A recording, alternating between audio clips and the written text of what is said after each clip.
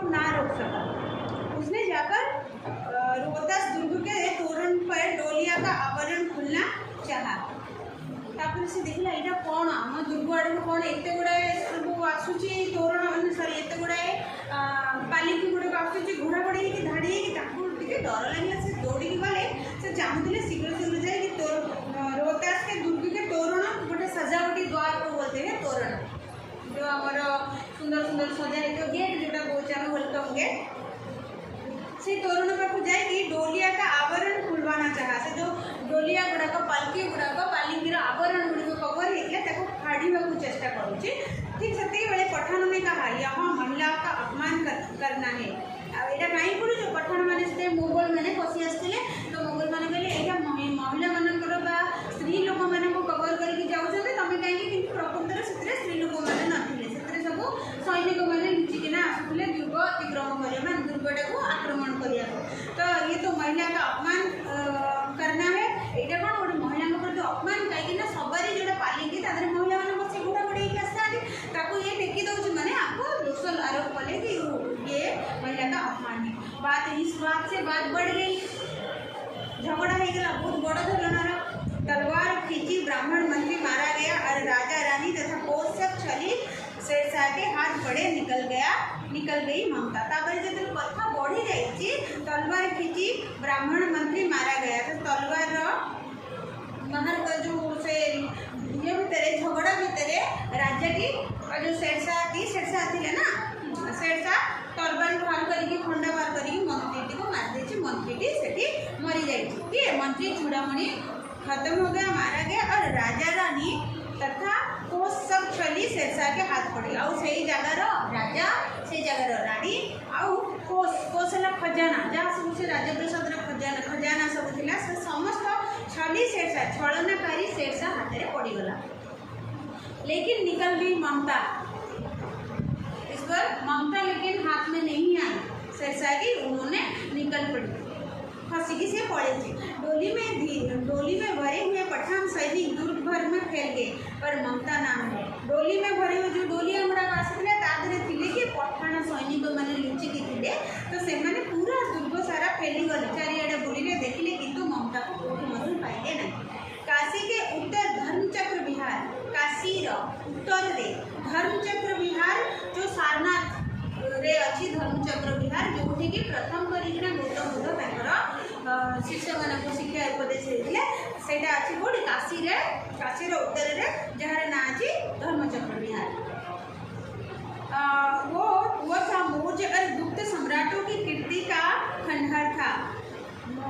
पूर्वर गुप्त और मौर्य सम्राट और गुप्त समाज मानकर सब विभिन्न प्रकार कलाकृतिर थिला। यहाँ किंतु भग्न अवशेष खंडहर यानी कि भग्न अवशेष छोट छोट खंड बहुत इमारत गुड़ा थिला सब भांगी रुचि जाता ऐतिह्य कला गुड़ाक सब भांगी रुचि जाता से जगटा भग्न चूड़ा तृण गुल्मों से ढके हुए प्राचीर ईंटों के ढेर में बिखरी हुई भारतीय शिल्प की विभूति ग्रीष्म रजनी की चंद्रिका में अपने को शीतल कर रही थी।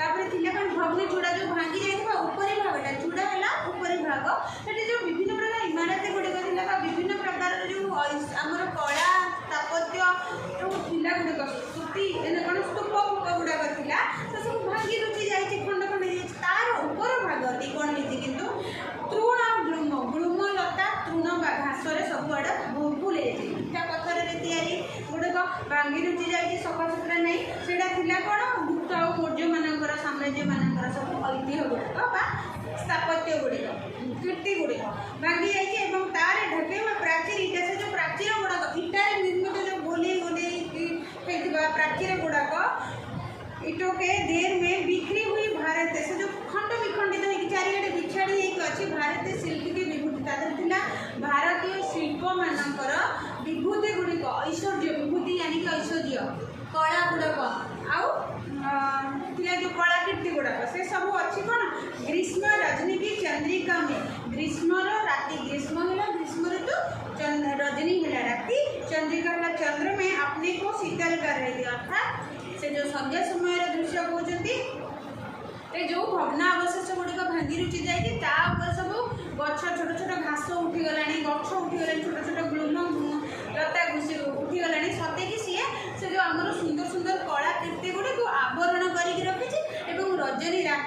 चंद्र आलोक से शीतल होउछन्ते ठंडा होउछन्ते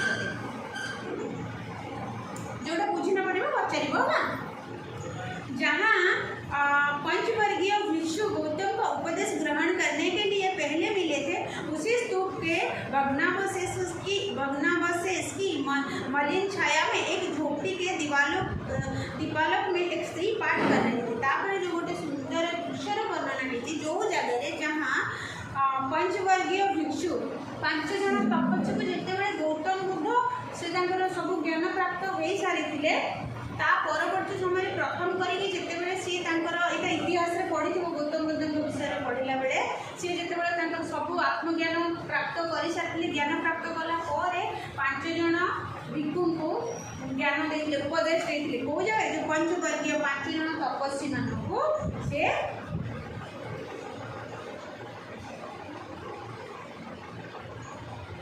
भिक्षु गौतम बुद्ध जो जगह उपदेश ग्रहण देते उपदेश देते से जगह एटा हूँ से जगह आज अच्छी कि उसी स्तूप के भग्नावशेष की से स्तूपर बा से जो गोल गोल इमारत को स्तूप बोली कहबा गोलिया गोलिया इटार तैयारी होइतबो सेटा तार किछि अंश भांगी भूंगी जाइछि बहुत माने बहुत वर्ष हो गलानी अतीतर कलाकृति गुड़ा भांगी जाइछि तारी भितर गोटे अति मलिन छाया में एक झुंपड़ी के दीवार लगे गोटे झुंपड़ी छोटिया बस्ती भाया घरटे झुंपड़ी नुआणिया घरटे छपर घरटे से तार मलिन देखा जाउछि से एरिया गुड़े साजसज्जा चाकचक्य नुहे से झोपड़ी में दीपालोक में एक स्त्री पाठ कर रही थी दीपर आलोक दीपालोक यानी कि दीपर आलोक गोटे स्त्री लेकटे पाठ कर चली किसी पढ़ी चली से कौन पढ़ी चली ना अनन्याश्चिन्तयन्तो माये जना पर्यपासते माने एटा अच्छे गीता ये जो लाइन गुड़ा गीता पाठ करुच्ची से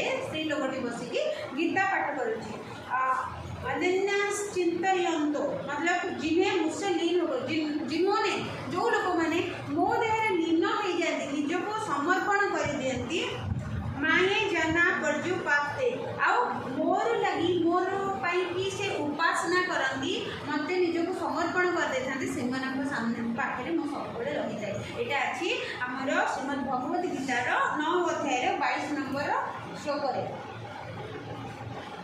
तो से पाठ गुड़िक पढ़ुले कि जड़े स्त्री लोकटे पाठ रुके अधा से अधर पाठ भी अटकीगला स्त्री लोकटी पढ़ा बंद कर दी कहीं ना एक भीषण और हताश आकृति दीप के मन प्रकाश में सामने खड़ी थी तापर पाठ अटकीगला कहीं ना गोटे अति भीषण और हताशिया लोकटे के आकृति है रूप गोटे भीषण हताशिया रूप देह हाथ खंड विखंडित खंडिया खबरा हो जाए से भाया गोटे रूपटे दीपर हल्का हल्का दीप का मंद मंद आलोक से यानी कि दीपर अल्प अल्प आलोक से सामने आसिक ठिया जाइए कौटी से स्त्री लोकटे सामने आसिक ठिया होता स्त्री उठी उसने कपाट बंद करना चाह स्त्री की उठी पड़ी तार जो बसी स्थान जो बस गीता पाठ करूला से उठी पड़ी एवं उसने कपाट बंद करना चाहा कपाट यानी कि दरवाजा को बंद करना चाहा परंतु व्यक्ति ने कहा सी जिते से सामने से लोकटी को देखी खंड विखंडित लोकटी को मैंने ख्यातार्थ लोकटी को सांगे सांगे झीटी स्त्री लोकटी कपाटी को बंद करने को प्रयत्न करने उद्देश्य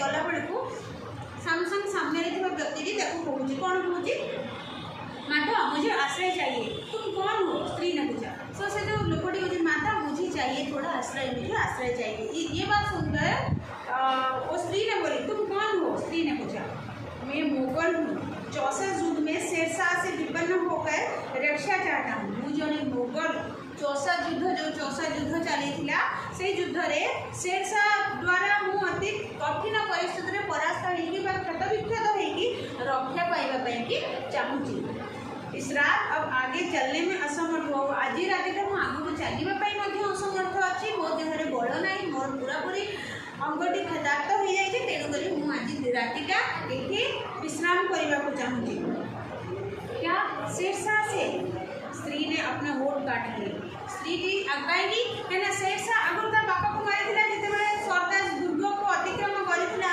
शेरशाह मारी बापा को चूड़ामणि मंत्री चूड़ामणि को तापर ये हूँ से झील से जो ममता बोला क्या शेरशाह से आश्चर्य हुए से ना टी शुणी स्त्री ने अपने कोट काट लिए मैंने ओठो कामुन पकेला ना शुणी द्वारा मैंने ना टी जी बापा को मार देता मंत्री चूड़ामणि को मार देता से रोहतास दुर्ग रे मंत्री चूड़ामणि की मार देता तेणु कौन स्त्री ने अपने भोट काटे। हाँ माता पुणी राजा कहते ये जो लोकटी कौन राजा कौन सॉरी ये जो क्षेत्राक्त ये तो पर्यटन जना पड़ी से राजा की राजा नुहे क्षेत्राक्त लोग कह हाँ माता परंतु तुम भी वैसे ही क्रूर हो। तुम से स्त्री लोग जनक एक कथा सुनने को परंतु तुम भी वैसे ही क्रूर हो। वही भीषण रक्त की प्यास वही निष्ठुर प्रतिबिंब तुम्हारे मुंह पर भी है। ताले तू भी तो सही मोगल ना मोर बापा को जे मारला से गोटे मोगल थिला शेरशाह थिला तू मते गोटे जेते बेले परिचय दउछु तू होछु गोटे मोगल ताले निहाती भाबे तुमे मते सही भीषण रक्तर प्यासी तुमे मते हत्या करने कि आगभर समस्त से रक्तर पेशी वही निष्ठुर प्रतिबिंब तुम्हारे मुख पर भी है। से निष्ठुर परछाई प्रतिबिंब यानी कि परछाई तो ऊपर देखा जाऊँगी। सैनिक मेरी कुटी में स्थान नहीं मेरी कुटी यानी कि कुटिया मोर घर भितर मो कुटीर भितर तेज स्थान नहीं रे सैनिक आपको भावुचे सैनिक टी हुए से जाओ कहीं दूसरा आश्रय खोज लो तब तुम जाओ मो आश्रय मोर आश्रम भितर मुझे तुमको रहा देवी आउ कौट दे खोज लो। ये बात को सुनकर फिर बोलता है सैनिक ने गला सूख रहा है साथी छूट गए हैं अश्व गिर पड़ा है इतना थका हुआ हूँ इतना बस इतना ही बोल के रहते हुए वो व्यक्ति धम से बैठ गया और उसके सामने ब्रह्मांड घूमने लगा था मुंड बुले रही सैनिक टीर एवं से एति कहते जे मोर तंटी सुखी जाऊँगी मोर साथी मैंने सब छुटी जाती मोटू दूरे जाती क्या किसी पाऊनी युद्ध में किए कड़े चली जाती अश्व गिर पड़ा मोर घोड़ा पड़ जाए सी उठापी कि देहरे बल ना मोर शरीर पूरा पूरी भाव में थकी जाइए बस ये कहीकि मुंड बुले जोर कर माटी पर बसी पड़ी। कहते वो व्यक्ति धम से बैठ गया और उसके सामने ब्रह्मांड घूमने लगा। स्त्री ने सोचा यह विपत्ति कहाँ से आया उसने जल दिया। स्त्री ने फिर सोच रहा है ये विपत्ति कहाँ से आ गया ये लोग कहाँ से आ गए सैनिक इतना क्षत विक्षत होकर ये सैनिक कहाँ से आया और अभी यहाँ पे आके गिर पड़ा। फिर उन्होंने थोड़ा सोचा उसके सामने क्या किया उसने जल दिया। फिर उन्होंने थोड़ा सा जल लाके उस सैनिकों को दिया। मुगल के प्राण की रक्षा हुई वो सोचने लगी। फिर मुगल के प्राण की रक्षा हुई। फिर उन्होंने सोचने लगी सब विधर्मी दया के पात्र नहीं है। कौन सोचता है ये नारी सोचता है ये माता जो है वो नारी है वो सोचती है कि सब विधर्मी दया के पात्र नहीं होते। विधर्मी जो धर्म के आचरण विरुद्ध में होते हैं वो विधर्मी होते हैं। धर्म को विरुद्ध करते लोग केवे दयार पात्र हवा कथा नुहे। मेरे पिता का वध करने वाले आतताई तुम्हें होती निजे निजे मने मने कथा हो मैंने मुगल है मैंने मो बापा को मारी थी अत्याचारी आतताई यानी कि अत्याचारी ये सही मैंने क्योंकि मो बापा को मारी दे जाए। घृणा से इसका मन विरक्त हो गया। घृणा राग द्वेष उपर मैंने अहंकार तो कहबनी अति घृणा जेहेतु बापा को मारी आउ रागरे मन पूरा विरक्ति भाव प्रकाश पाई एवं से विरक्ति भाव से कहते क्या हम धर्म के विरुद्ध जाने वाले लोगों को हम आश्रय दे सकते हैं। स्वस्थ होकर मुगल ने कहा माता तो फिर मैं चला जाऊँ तापर जेहेतु मुगल को पानी टिके दिए जाए पानी पी सारा पर से कौन कहते तो बोलते हैं वो सैनिक ने थोड़ा सा सुस्त होकर कि माता तो अगर हम पर मुझ पर तुम्हें विश्वास नहीं है तो क्या हम चले जाएंगे यहाँ से क्या मैं चले जाऊँ। स्त्री विचार कर रही थी मैं ब्राह्मण हूँ मुझे तो अपने धर्म अतिथि देव की उपासना का पालन करना चाहिए परंतु यहाँ नहीं यह सब विधर्मी दया के पात्र नहीं परंतु यह तो दया तो नहीं कर्तव्य करना है। तब स्त्री मन में दी प्रकार भावना आसूँ गोटे पटे तार कर्तव्य आ गोटे पटे मुगलों को प्रति थी घृणा भाव तो वो बोलते स्त्री विचार इसीलिए वो विचार करेगी क्या करना चाहिए क्या करना सही होगा क्या गलत होगा। ये बोलते कि मैं एक ब्राह्मण हूँ मुझे तो अपने धर्म अतिथि देव का उपासना का पालन करना चाहिए। तो ब्राह्मण का धर्म होता है कि अतिथियों का प्रार्थना करना पूजा करना उनकी उपासना करना क्योंकि अतिथि देवो भवो हमारे जो पुराण में है अतिथि देवो भवो अतिथि देवता मानकर समान तेणु जेहेतु आम मो कुटीर को जड़े आसी पुणी सी एभली गोटे अतिथि जी की क्षत विक्षत अवस्था आसी तो यहाँ पर एक ब्राह्मण का धर्म होता है अपने अतिथियों का सत्कार करना उपासना करना देव की उपासना का पालन करना चाहिए। फिर भी लेकिन परंतु यह सब विधर्म में दया के पात्र नहीं। फिर भी मन में आ जाता है अपनी पिताश्री का हत्याकारी, तो मन में ये आता है कि ये तो सारे मुगल साम्राज्य के जितने राजा है वो सारे के सारे हैं विधर्मी, धर्म के विरुद्ध आचरण करने वाली। क्या ये सारे लोग दया के पात्र है? परंतु यह दया तो नहीं, कर्तव्य करना। लेकिन अब समझ में आ रहा है उनको थोड़ा थोड़ा कि ये तो दया नहीं, मैं किसी के ऊपर दया नहीं करती हूँ, मैं करती हूँ क्या? कर्तव्य करती हूँ। जो ब्राह्मण का कर्तव्य होता है अतिथि के सत्कार करना, अतिथि की उपासना करना, यही वाला कर्तव्य अब मैं कर रही हूँ। तब फिर मुगल अपनी तलवार टेक कर उठ खड़ा हुआ। ममता ने कहा, क्या आश्चर्य है कि तुम भी छल करो? क्या आश्चर्य है, क्या तुम भी छल करो? उस दिन तो शेरशाह ने छल से दुर्ग के अंदर आ गया था ना, वो एक सवारी के अंदर उनके सैनिक में आ गए थे ना, पालकी के अंदर नहीं थी तो पालकी के भीतर बस सैनिक मैंने आसी जाते ना दुर्ग को अतिक्रम कर आक्रमण करने। इसीलिए बोलते हैं मोगल अपनी तलवार टेक कर उठ खड़ा हुआ। जिते मोगल के ठिया है तलवार धरिकी ना ये मतलब अविश्वास कर चली जीवी।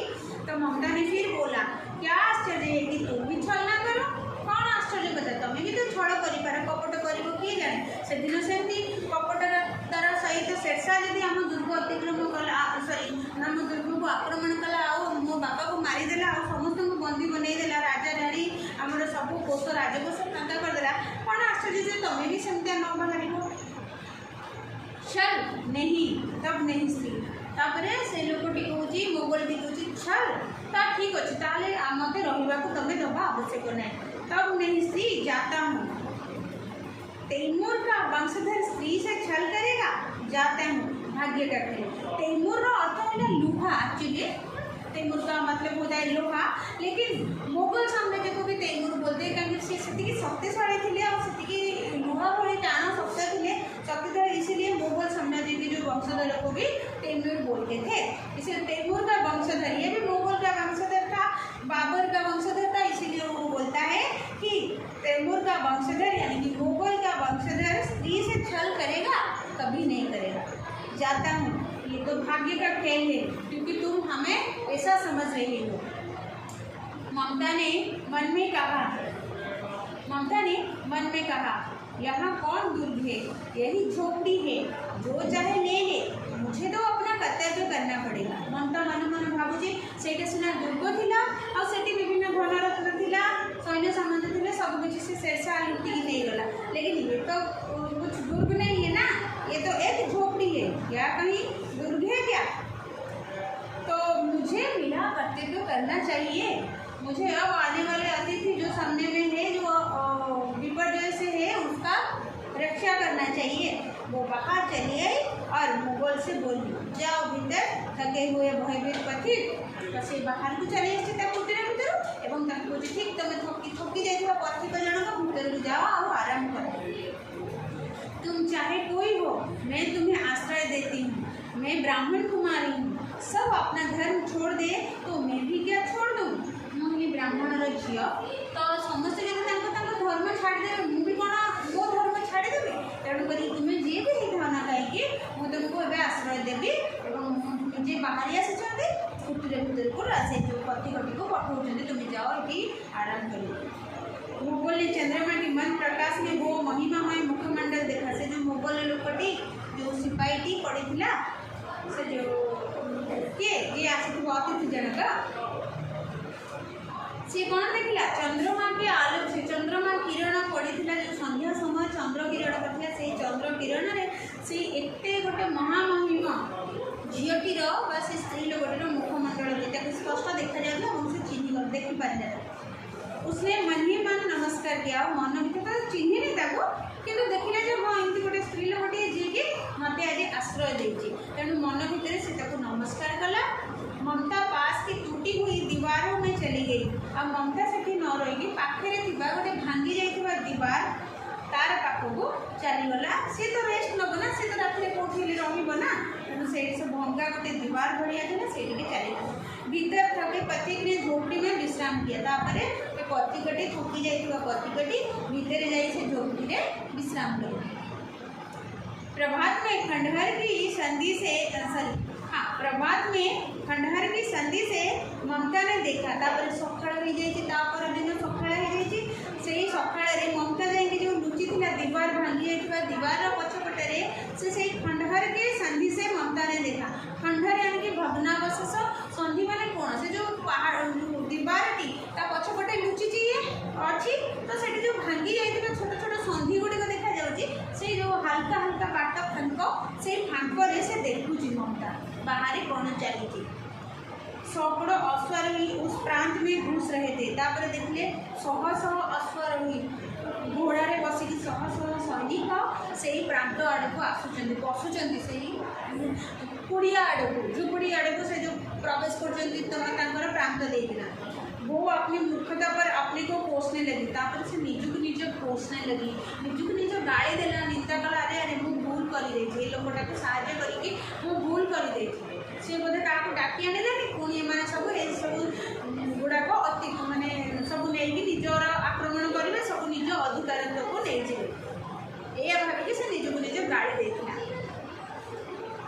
अब उस झोपड़ी से निकलकर उस पथिक ने कहा मिर्जा मैं यहाँ हूँ ठीक से समय से झोपड़ी भितर से जो पथिकटी घायल होता पथिकटी बाहर क्या गोटे डाकी कहता मिर्जा मुझे अच्छी मिर्जा मैंने सैनिक भितर से जड़ को डाकी सब सुनते ही प्रसन्नता की चित्कार ध्वनि से वो प्रांत गुंज उठा जमी से जो लोकटीर शब्द शुणिले समस्त प्रसन्नतार सहित खुशीर सहित चित्कार करें लगी जो कि से जो प्रांतटी से जो एरियाटी खुशी गुंजरित हो जाता जय जयकार हो उठूला ममता अधिक भयभीत हुई ममता आहरी डरी जाइला कौन हम कि एमती कौन हम एम कौन हठात गोटे पथिकटे आसला सैनिक भाविक आश्रय देती एवं कौन एत सारा अश्वारोही आसिक जय जयकार कले कौन होता पथिक ने कहा वो स्त्री कहाँ है उसे खोज निकाल तो जो पथिकटी जी रही थे स्त्री कुआड़े गला खोजिकी बाहर कर ममता छिपने के लिए अधिक सचेष्ट हुई ममता आहरी टी लुचि गला से जो दीवार पछपटे आगे चेष्टा कर लुचि गला भय लगला काले मत मारे कि मो पर आक्रमण करेंगे से आगे सतचेष्टित कर लुचा चेष्टा कर वो मृगदा में चली गई मृगदा बोला सारनाथ सारनाथ को मृगदा बोली कहते अन्य नाम तार तो से सारनाथ को पड़ेला स्त्री लोकटी दिन भर उसमें से ना निकली दिन सारा से तारे भीतर रहिला आउ बाहरिला नहीं संध्या को जब उनके जाने का उपक्रम हुआ तो ममता ने सुना पथिक घोड़े पर सवार होते हुए कह रहा था मिर्जा उस स्त्री को मैं कुछ भी ना दे सका उसका घर बनवा देना क्योंकि विपत्ति में मैंने यहाँ आश्रम पाया था यह स्थान भूलना मत इसके बाद वे चले गए तापर जिते बड़े संध्या समय आसी जाइए और जब उनके जाने का उपक्रम हुआ उपक्रम यानी कि तैयारी हुआ से मैंने सब जीवाई कि तैयारी कले से समय ममता शुणुला कांत आरपट लुचिकी ना पथिक जो घोड़ा पर सवार होते हुए कह रहे थे से जो पथिकटी को पथिकटी जो साहाଯ୍य करथिला से लोकटी घोड़ा पर जिते बड़े चढ़ुची आ घोड़ा पर चढ़ा को अतिक्रांत करवा ठीक से समय तार लोक मान कौच यही जगटा गोटे घर तैयारी कहीं ना ये जो स्त्री लोकटी रोकला झुपड़ी घरे सी मोर जीवन रक्षा करते से मत साहाଯ୍य करते कि मुझे किसी दे पारे से कि तुम ताप गोटे घर बनईदेव आई स्थान को केवे भी भूलबनी कहीकि से अग्रसर होकर आगे चलिए चौसा के मुगल पठान युद्ध को बहुत दिन बीती ता भीतर चौसा मुगल मानकर बहुत दिन बीतीगला युद्ध बहुत दिन होगला एवं ममता अब 70 वर्ष की वृद्धा है 70 वर्षर वृद्धा होगला ता भीतर 40-45 वर्ष ऊपर बीतीगला ममता एवं 70 वर्षर वृद्धा बुढ़ी होगला वो अपनी झोपड़ी में एक दिन पड़ी थी और गोटे दिन से तार झोपड़ी में पड़ी रही शीतकाल का प्रभाव था शीत समय से समय शीत ऋतु आसी शीतर प्रभाव में बुढ़ीटी पड़ी रही उसका जीर्ण कंकाल फांसी से गूंज रहा था और तार जीर्ण कंकाल गुड़िक बुढ़ी होगला रोग सज्जा पड़ी काश हो चारिड़े काशर स्वर गुंजरित होती ममता की सेवा के लिए गांव की 2-3 स्त्रियां उसे घेर कर बैठी थी और से ममता बुढ़ी जाए पड़ी रही बिछड़ा सेवा करने गाँव आउ कि जन स्त्री लोक चतुर्पार्श्व घेरिकिना रही क्योंकि वो आजीवन सबका सुख की सहभागी रही कहीं सेवा करुले कहीं सी निजे तार जीवन काल भितर आजीवन अन्य दुखरे से सहभागिनी होती अन्यर सुख दुखरे से ठिया होती समस्त को साहाय्य करी कि तार शेष समय आसिक गाँव किसी स्त्री लोक चतुर्पार्श्व बसिकी सेवा कर ममता ने जल पीना चाहा ममता को शोष लगी ममता पड़ी बिछणारे उठी पारे निजे आउ से चाहिए किसी पानी पीवाई कि एक स्त्री ने सीपी से जल पिलाया आउ गोटे स्त्री लोक जड़े सीपी यानी कि सामुगारे टिके जल भी आउता पाटे टिके सामुगारे जल दौ सहसा 10 आरोही उसी झोपड़ी के द्वार पर दिखाई पड़ा और ठीक से ही समय सांगे सांगे गोटे अश्वारोही अश्वरे चढ़ी घोड़े आरोहण कर चढ़ी आसी गोटे लोक से द्वार आसिक देखा मिलता से सामने आसिक पहुँचीगला वो अपनी धुन में कहने लगा सी धुन में आवाज में कहवाक लगी कौन कहला मिर्जा ने जो चित्र बनाकर दिया है वो तो इसी जगह का होना चाहिए। तो मिर्जा जहाँ कही से जो बाटोईटी कही जो पथिकटी जो रही आश्रय लेकिन कही मिर्जा यही जगह कभी भूलबनी गोटे घर तो वो से कथा कौन जो सैनिकटी ये तो मिर्जा जी चित्र बन देता है जो कागजटी तो से जगह भाई लगुच वो बुढ़िया मर गई होगी तो एत दिन हो गला से बुढ़ी बोधे मरीज अब किससे पूछे कि एक दिन शहंशाह हुमायूं इस छप्पर के नीचे बैठे थे तो एबे हम कहा को पचारिबा जैसे जो बाटोई जन से होचन शहंशाह गोटे राजा हुमायूं को नाम इतिहास में पढ़ी हुमायूं को ना तो सी से को घरे को छप्पर तले लुचि थे ए जगहटा तो नक्शा देखा जाउछे ए जगहटी किंतु आर को घरे को छप्पर तले से लुचि थे हम केमति जानिबा। यह घटना भी तो 47 वर्ष से ऊपर की हुई 47 वर्ष में 47 वर्ष हो गला ये घटना 47 वर्ष रु अधिक हो गला तेरे केमती जानिबा हमें जे को जगह को झुपड़ी घरे आपको रखा जाए राजा को ये जने बुढ़ी आश्रय देला ममता ने अपने विकल कानों से सुना तार असमर्थ कान विकल यानी कि असमर्थ या व्याकुल कानों को सुबुनी बुढ़ी हो गला जाओ से कथाटी कान में बाजिला उसने पास की स्त्री से कहा बुलाओ पास पाखे स्त्री लोक मान डाक कहला डाक मो पाख बुलाओ।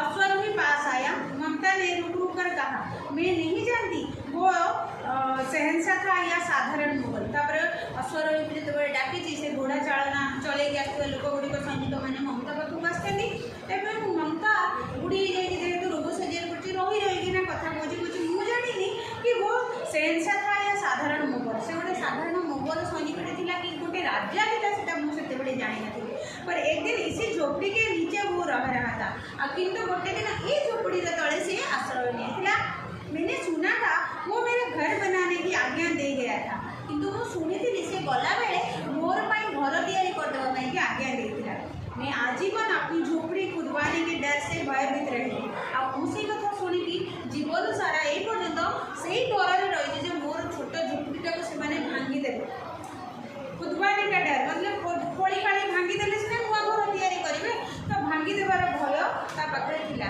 इसीलिए वो बोल रहा है भगवान ने सुन लिया मैं आज इसे छोड़े जाती हूँ तो मोर इच्छा ना घर के झुपड़ीटा भांगू बोली मुझे सब भयभीत थी जेहेतु मुझे शुणी राजा कही केवे ना केवे घर को भांगिकी झुपड़ी को भांगिकी नुआ घर बना हम तेणु मो मन भितर भय था केवे मो घर काले भांगी जाऊँगी किंतु आज से भय मोर ना भगवान मत मो कथा शुणी आ भितर एत बड़ गोटे लंबा अवधि आसी जाइए 47 वर्षर अवधि 47 वर्ष पर जाइए मो घर तैयारी होगा आज आसी अब तुम इसका मकान बनाओ या महल किंतु आज मुझे तुमको छाड़ी चली जाऊँ कहीं शेष मुहूर्त में बुढ़ी आसिक पहुँची गला इसीलिए बोलती है अब तुम इसका मकान बनाओ या महल तुम यार घर बनाओ क्या गोटे राजमहल बनाओ मोर किसी आउ असुविधा नहीं मुझे छाड़ी चली जाऊँ मैं अपने चीर विश्राम गृह में जाती हूँ मोर सदा विश्राम नेउथबा गृह को जाऊँगी अर्थात मो मृत्यु पथर यात्री होगा जाऊँगी किसी घर कथा कह चीर विश्राम का गृह मतलब मृत्यु पथ का यात्री मो मरवा को जाऊँगी तेणुक मोर किसी दरकार नहीं। वो अश्वारोही आबा खड़ा था बुढ़िया के प्राण पक्षी आनंद में उड़ गए बुढ़ी से जो लोकटी आसी सैनिक आश्चर्य ठिया चाह रही ठीक से समय बुढ़ीर प्राण पक्षी उड़ी जाए अर्थात बुढ़ी मृत्युवरण कर वहाँ एक बना और उस पर शिलालेख लगाया गया और से जगह परवर्ती समय गोटे अष्टकोण विशिष्ट 8टी कोण विशिष्ट गोटे सुंदर इमारत गोटे मंदिर बना गया। मंदिर बना बहुत बड़ा मंदिर अष्टकोण विशिष्ट गोटे मंदिर तैयारी करागला आउ वो शिलालेख लगागला से गोटे शिलालेख कहले यहाँ मैंने इतिहास में पढ़ी बोधे शिलालेख कहले पत्थर खंडरे अधा भाग पोती दि जाए बाकी अधा भाग खोदे करना लिखा हुए ताकू शिलालेख बोली कहती। तो सेठी शिलालेख पोता है से शिलालेख से जी जमीक आम किए गोटे मंदिर तैयारी कले तार मंदिर जी तैयारी कर तार ना गाँ ठिकाना जो लिखा हुए से शिलालेख खोदे करके लिखा पड़ूला। तो से लेखा था से 7 देशों के नरेश हुमायूं ने एक दिन यहाँ विश्राम किया था। तो जो शिलालेख कौन लिखा था शिला बा पत्थर लेख लेखा पत्थर ऊपर खोदे लेखा जाटा शिलालेख बोली कहुए। 7 देशों के नरेश हुमायूं ने एक दिन यहाँ विश्राम किया था। 7 देश नरेश है राजा 7टा देशर राजा हुमायूं गोटे थर ये विश्राम नहीं घरटारे विश्राम नहीं उनके पुत्र अकबर ने एवं सी भी नुह परवर्ती जेनेरेशन आसिक मंदिर बनी अकबर उनके पुत्र हुमायूं का पुत्र अकबर ये आम पढ़े इतिहास उनके पुत्र अकबर ने उसकी स्मृति में यहाँ गगनचुंबी मंदिर बनवाया।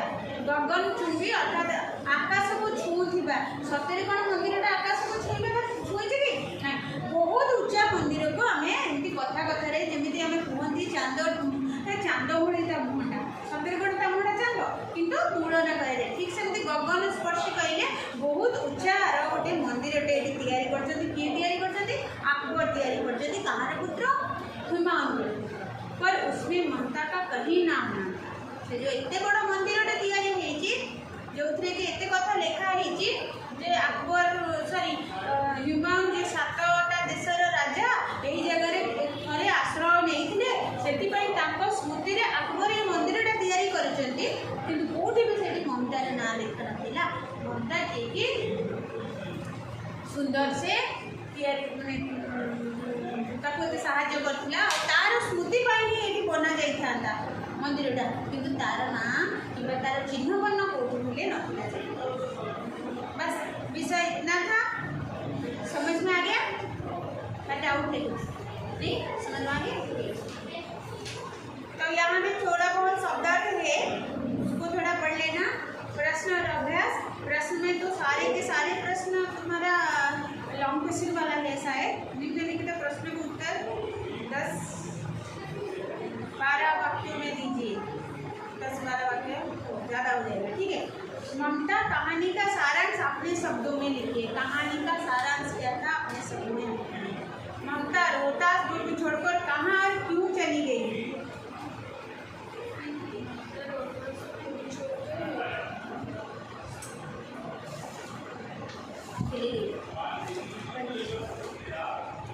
नीचे है ना।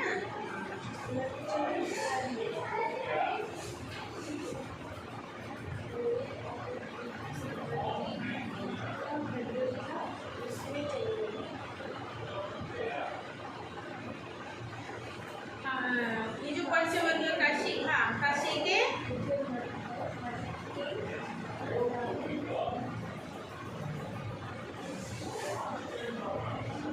ममता किस बात को लेकर धुंध में पड़ जाती है और क्यों? द्वंद्व को कथा नहीं द्वंद्व में पड़ जाती है।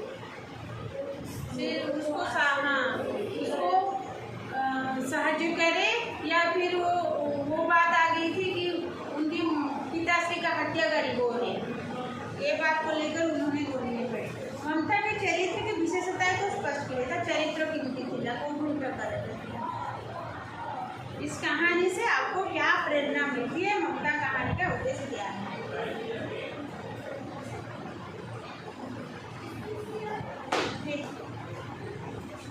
विशेष वाला निजे लिखा चेष्टा कर न लिखि पारे मत कह बुझेदेवी है जब न लिखि पारे भल आंसर गुड़ा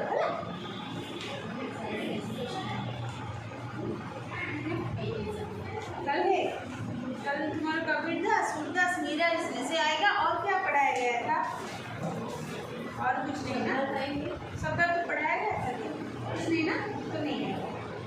कपिलदास उदास और मीरा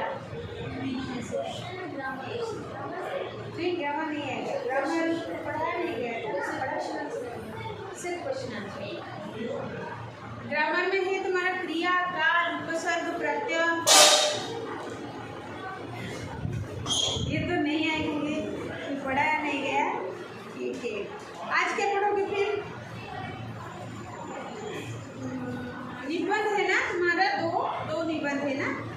ग्रामर में कुछ आएगा एग्जाम में? ग्रामर में कुछ आएगा एग्जाम में, है नहीं ना?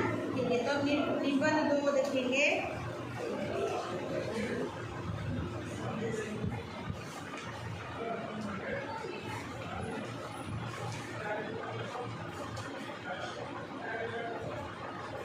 जीवन में साहित्य का स्थान, पहले ये पढ़ेंगे फिर बाद में ये वाला पढ़ेंगे।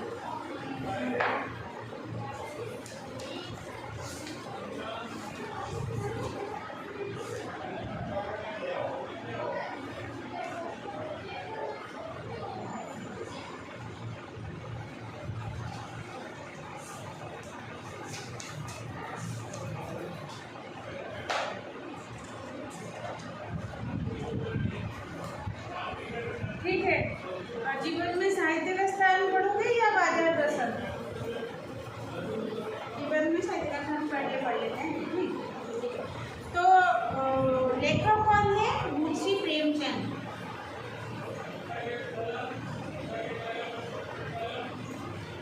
प्रेमचंद का जन्म बनारस से 4 मील दूर लम्ही गांव में हुआ था। प्रेमचंद का जन्म कहाँ में हुआ था? लम्ही गांव में हुआ था। और कहाँ पर? बनारस में। बनारस के 4 मील दूर लम्ही ग्राम में हुआ था। प्रारंभिक पढ़ाई गांव की पाठशाला में हुई। जो आरंभ बोले पाठर आरंभ से गाँव पाठशाला रे होता। फिर आगे बनारस के मिशन स्कूल से मैट्रिक पास किया। परवर्ती समय mission school Banaras mission school से मैट्रिक पास करके बाद में प्राइवेट स्तर पर बीए की परीक्षा उत्तीर्ण। प्राइवेट स्तर में बीए परीक्षा देले और से उत्तीर्ण होते। अध्यापन से जीविकोपार्जन की शुरुआत। तो अध्यापन पढ़े जीविका आरंभ कर आरंभ होता पढ़े पिला को शिक्षा देवार अध्यापन। तत्पश्चात गहन अध्ययन में जुट गए। आहरी पढ़ा इच्छा है से आगे पाठ पढ़े लगी पड़े। सरकारी नौकरी की बाद में उन्होंने सरकारी नौकरी गवर्नमेंट जॉब मिलीगला। स्कूलों के सब डेप्यूटी इंस्पेक्टर बने। फिर बाद में स्कूल डेप्यूटी इंस्पेक्टर पद मिलगला गवर्नमेंट जॉब। 1920 में महात्मा गांधी के आह्वान पर सरकारी नौकरी से इस्तीफा दे दिया। परवर्ती समय 1920 में महात्मा गांधी सब ये जो आंदोलन चलता सब कौन असहयोग आंदोलन चलता कि हम किसी को सहमति नहीं करेंगे। महात्मा गांधी के आह्वान पर सरकारी नौकरी उन्होंने इस्तीफा दे दिया, सरकारी चाकरी छाड़ दे रहे। लेखक के जरिए राष्ट्र सेवा को पूरी तरह समर्पित। उन्होंने हिंदी उर्दू दोनों भाषा में कलम चलाई एवं से हिंदी और उर्दू दुईटा भाषा लेखा लेखी करुले। उन्हें दोनों भाषाओं के पाठक से अपार स्नेह मिला। 1936 में प्रगतिशील लेखक संघ में प्रथम अधिवेशन की अध्यक्षता की। कई पत्रिकाओं का संपादन भी किया। रचनाएं इनके प्रमुख रचनाएं में से सेवा सदन, प्रेमाश्रम, निर्मला, प्रतिज्ञा, कर्मभूमि, रंगभूमि, गोदान जैसे उपन्यास है। उनकी कहानियाँ लगभग 300 कहानियाँ और इतने सारे उपन्यास उन्होंने लिखे थे। फिर उन्होंने एक बार क्या हुआ था पहले तो उन्होंने उर्दू भाषा में लिखना शुरू किए थे, लेकिन क्या हुआ था उनका एक लेखा था जो अंग्रेजों के विरुद्ध आ गया था। इसके लिए उनके साहित्य में पाबंदी लगा गया था। हमने पढ़े थे ना ये बात, नहीं ना? अच्छा, उनके साहित्य में पाबंदी लगा गया था। अंग्रेजों ने उनके सब साहित्य को बंद कर दिया। फिर उन्होंने क्या किया, अपने एक दोस्त उनको सलाह दी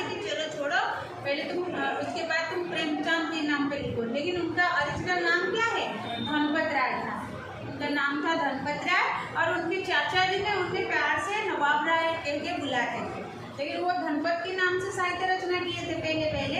एक बार क्या हुआ कि उनके जो साहित्य में रोक लगा गया, पाबंद लगा गया। फिर बाद में उनकी दोस्त उन्होंने सलाह दी कि तुम फिर एक बार लिखना शुरू करो। प्रेमचंद के नाम से उन्होंने लिखना शुरू किए थे। वह तुम्हारा उर्दू और हिंदी दोनों भाषाओं में प्रेमचंद के नाम में उन्होंने लिखना शुरू किया। तो उनका प्रेमचंद का जो नाम था वो पेन नाम था, उसके वही नाम से उन्होंने बहुत सारे साहित्य रचना लिखे।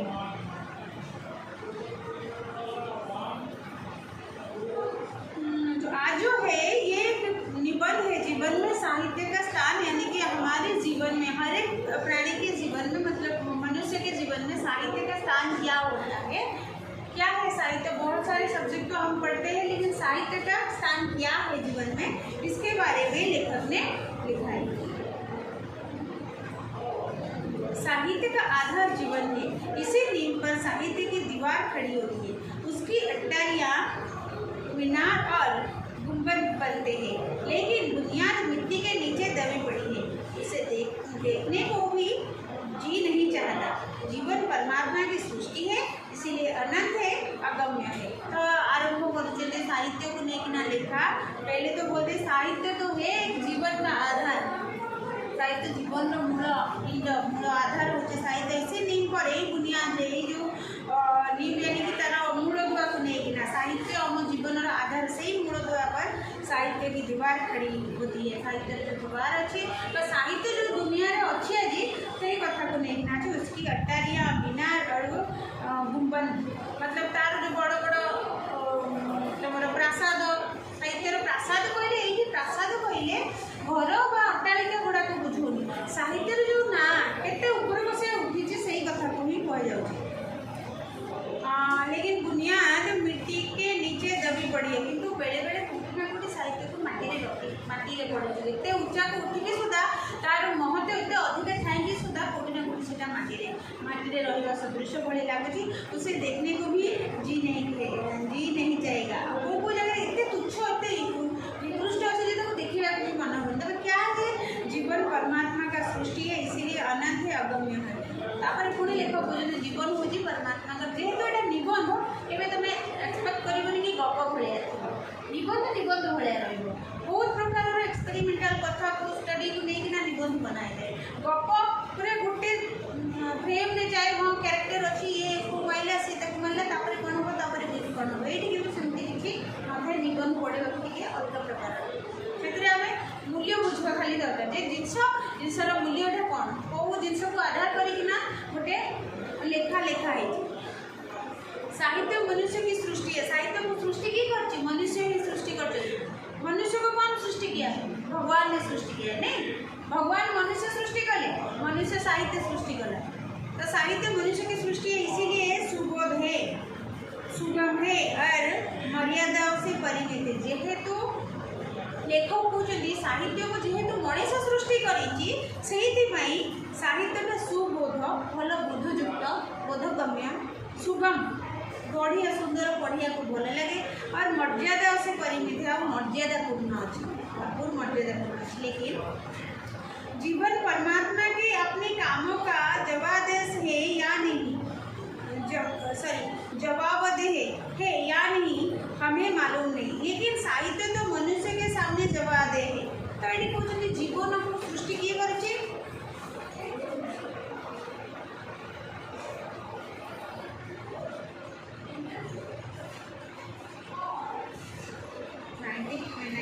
पेज तक है नहीं। तो मनुष्य जीवन को सृष्टि कौन की है? परमात्मा ने। तो जीवन परमात्मा के अपने कामों का जवाबदेह है कि नहीं? जवाबदेह का मतलब क्या है? जवाबदेह का मतलब उत्तरदायी होना। सब कथा को तमें यही कथा में कैफत दबा उत्तरदायी हो तमें भगवान से उत्तरदायी कि नहीं पता नहीं। लेकिन साहित्य लिखन में साहित्य तो मनुष्य के सामने जवाबदेह, साहित्य मनुष्य सामने उत्तरदायी। तार साहित्य ही कह से मनुष्य जो लेखा लिखुची से जो कथा गुड़ाक से लिखुची सत्यासत्य को साहित्य स्थान दूसरी निहाती मनुष्य को जवाबदेही मनुष्य को उत्तरदायी। उसके लिए कानून है।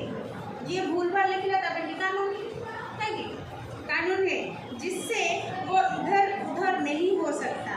तो साहित्य पर मनुष्य पर कानून अच्छी जो से इधर उधर नहीं कर किंतु भगवान जो मनुष्यटा को तैयारी कर से भल खराब भगवान को नहीं कानून कर लड़ाई कर ना जीवन का उद्देश्य ही आनंद है। तो जीवन उद्देश्य हो आनंद मनुष्य जीवन पर्याप्त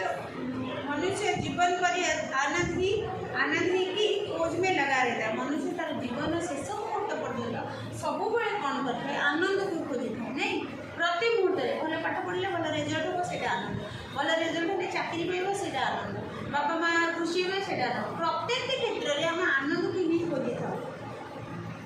किसी को वो रत्न द्रव्य में मिलता है किए रत्न द्रव्य पाइले आनंदित होती किसी को भरपूर परिवार में मिलता है किए भरपूर पूरा परिवार का घर अच्छी बापा माँ भाई भौणी दादा खुड़ी समस्त जिनसे से आनंद पाऊँ। किसी को लंबे चौड़े भवन में आउ क्या बड़ बड़ घर द्वार अच्छी से खुशी मिले तार खुशी विभिन्न समस्त खुशी अलग अलग तुम जो खुशी तार से खुशी न तार जो खुशी तुम खुशी मुझे समस्त खुशी आनंद हमार तरीका अलग अलग। किसी को ऐश्वर्य में क्या टंका पैसा बहुत मिलगले सी से आनंदित हो लेकिन साहित्य का आनंद इस आनंद से ऊंचा है। लेकिन साहित्य का आनंद जो होता है वो सबसे ऊंचा होता है। इससे पवित्र है इसका आधार सुंदर और सत्य है और से जो साहित्य आधार हो सुंदर सत्य ताकू आम कौ टंका पैसा घर रत्न धन कौन भी आम तुलना करें वास्तव में सच्चा आनंद सुंदर और सत्य से मिलता है। सच्चा आनंद किससे मिलता है आम जिते घर द्वारा सुना रूपा पाइले भी कौट ना कौट मन में दुख थाए यहाँ मिलगले से मिलगले से चाहिए बड़ किंतु एक्चुअली सच्चा आनंद और जो सुंदर होता है वो क्या होता है सच्चा आनंद सुंदर सत्य से ही मिलता है। सत्य से ही सच्चा वाला आनंद मिलता है। उसी आनंद को दर्शाना वही आनंद उत्पन्न करना साहित्य का उद्देश्य है। तेज से कथा को मन मत सत्यटा प्रकृत आनंद बोली आमको शिक्षा किए दिए साहित्य दिए कहीं बहुत चैप्टर आम आज पर्यटन जिते गुड़े पाठ सब्जेक्ट पढ़ी आसीचे बहुत आम सब पाठ पढ़ले कहते सब पाठ पढ़ले आम बड़ मनीष हवा लिटरेचर पढ़ले आम भल मनीष हवा कहीं तुम बाकी जिते चैप्टर पढ़ से सब चैप्टर रे तुम पढ़ कर किसी गोटे मैथ है साइंस है तुम इकोनॉमिक्स जहाँ भी पढ़ल गोटे मोटो अच्छे कौन लिखाई कि कौ गोटे धारा सत कह पे सत कहा उचित बोली लिखाई धाड़ीटा अलग बही कि से सब जिन गुड़ा आध्यात्मिक कथा सत कहवा उचित जीवन दर्शन युवा कौन अच्छे से केवल लिटरेचर मानक था। साहित्य कहले ओडिया साहित्य हिंदी साहित्य नुहे साहित्य कहले सबू भाषार लिटरेचर को बुझाए सबू भाषार साहित्य को बुझाए जोटि आम पाई आम सत कहवा उचित धर्म करवा उचित धर्म कले आम जीवन ठीक बाटे जीव ये कौन आम अलग सब्जेक्ट पाइबा कि मैथमेटिक्स लिखा है धर्म करवा उचित लिखा था कि कौटी सबुद पाठ अच्छी पढ़ा पढ़े बड़ मनीष हाँ जब आम न पढ़ा चाकरी पाइपर कितु गोटे भल मनीष हाँ साहित्य पढ़ा दरकार। इसीलिए वो जो सुंदर है जीवन है सत्य है वो सब साहित्य से ही मिलता है। वो साहित्य रचनाकार का यही उद्देश्य है। ऐश्वर्य या भाग्य के आनंद में ग्लानि छिपी होती है। ऐश्वर्य और भाग्य जो आनंद से ग्लानि कौटी ना कौटी ग्लानि छिपी रही तुम पाखे बहुत कोटी कोटी टंका थी तुम जो खुशी हो कौटी ना कौटी मन भर ग्लानि रही तुम जो सब सत कहो लोक साहय कर भल मनीष थो से आनंदता क्या सहित तुलना हो पार ना के उससे अरुचि भी हो सकती है। बेले बेले तुम पाखे बहुत सारा धन संपत्ति थे भी तुम खर्च कर खर्च कर गोटे समय आसो विरक्ति भाव हो जाए। तुम गोटे कार अच्छी आज तुम बहुत इच्छा से कारटा चलने तुमको मिल जाए मसे वर्ष चल दिल से जिन प्रति मोह आसी मोह छाड़ी धीरे धीरे विरक्ति भाव आसी अरुचि हो सकती है पश्चाताप भी हो सकता है पर सुंदर से जो आनंद प्राप्त होता है वो अखंड है अमर है। लेकिन सुंदरता है जो आनंद गुड़िक मिलता है जो सत्य जो आनंदता मिलता है ताहा केबे भी हमको अरुचि लगे सत कथा शुणा क्या अरुचि लगे कि समस्ते चाहते आमको जी जहाँ कौ सत ही कहू ना कि आम कौन कहू न कहू कि समस्ते चाहते आमको जी जहाँ सत कहू सत के क्या अरुचि लगे किंतु ऐश्वर्य सुंदर सुंदर गाड़ी घोड़ा टंका सुना गोटे समय आसे अरुचि लगे सब देखी देखी देखी देखी विरक्ति लगे नहीं खाद्य तुम गोटे खाଇବା बहुत प्रिय तथापि से खाइबाटा बारंबार खाइले अरुचि लगे।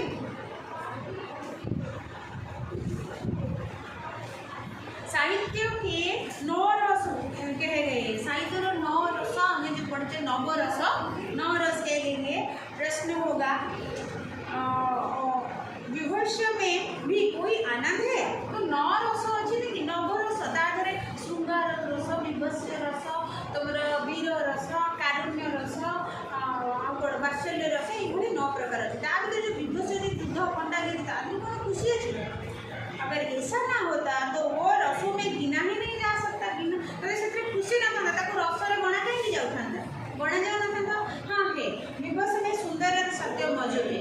लेखक बोलते विभत्स रस जो विभत्स मैंने कौन हाड़ की मैंने ठंडा हरा फटा ता भीतर सत्य सुंदर मौजूद अच्छे। कैसे भरतेंदु ने शमशान का जो वर्णन किया है विभत्स रस मैंने कुत्सित जगह द्वारा वर्णन श्मशान वर्णना जिते केते कुत्सित बना जाता कौन सुंदर बढ़िया फूल फुटी प्रजापति पुरुष केवे सेमतियार दृश्य वर्णना करा जीवो कि श्मशान दृश्य लोक मानकर करुण चित्कार लोक मानकर अधा जड़ा अधा पोड़ा शरीर से भाया किसी वर्णना होता कौन सुंदर से कौन सत्य लेखक पचार तेरे तो से कथा को लेकिन आम कह भरतेंदु ने भरतेंदु आचार्य से गोटे साहित्यकार भरतेंदु युग के साहित्यकार भरतेंदु ने शमशान का जो वर्णन किया श्मशान का जो वर्णना करी वो कितना विभत्स है बहुत विभत्स बहुत मैंने पदाकार वर्णना करी प्रेतों और पिचासों का अध जले मांस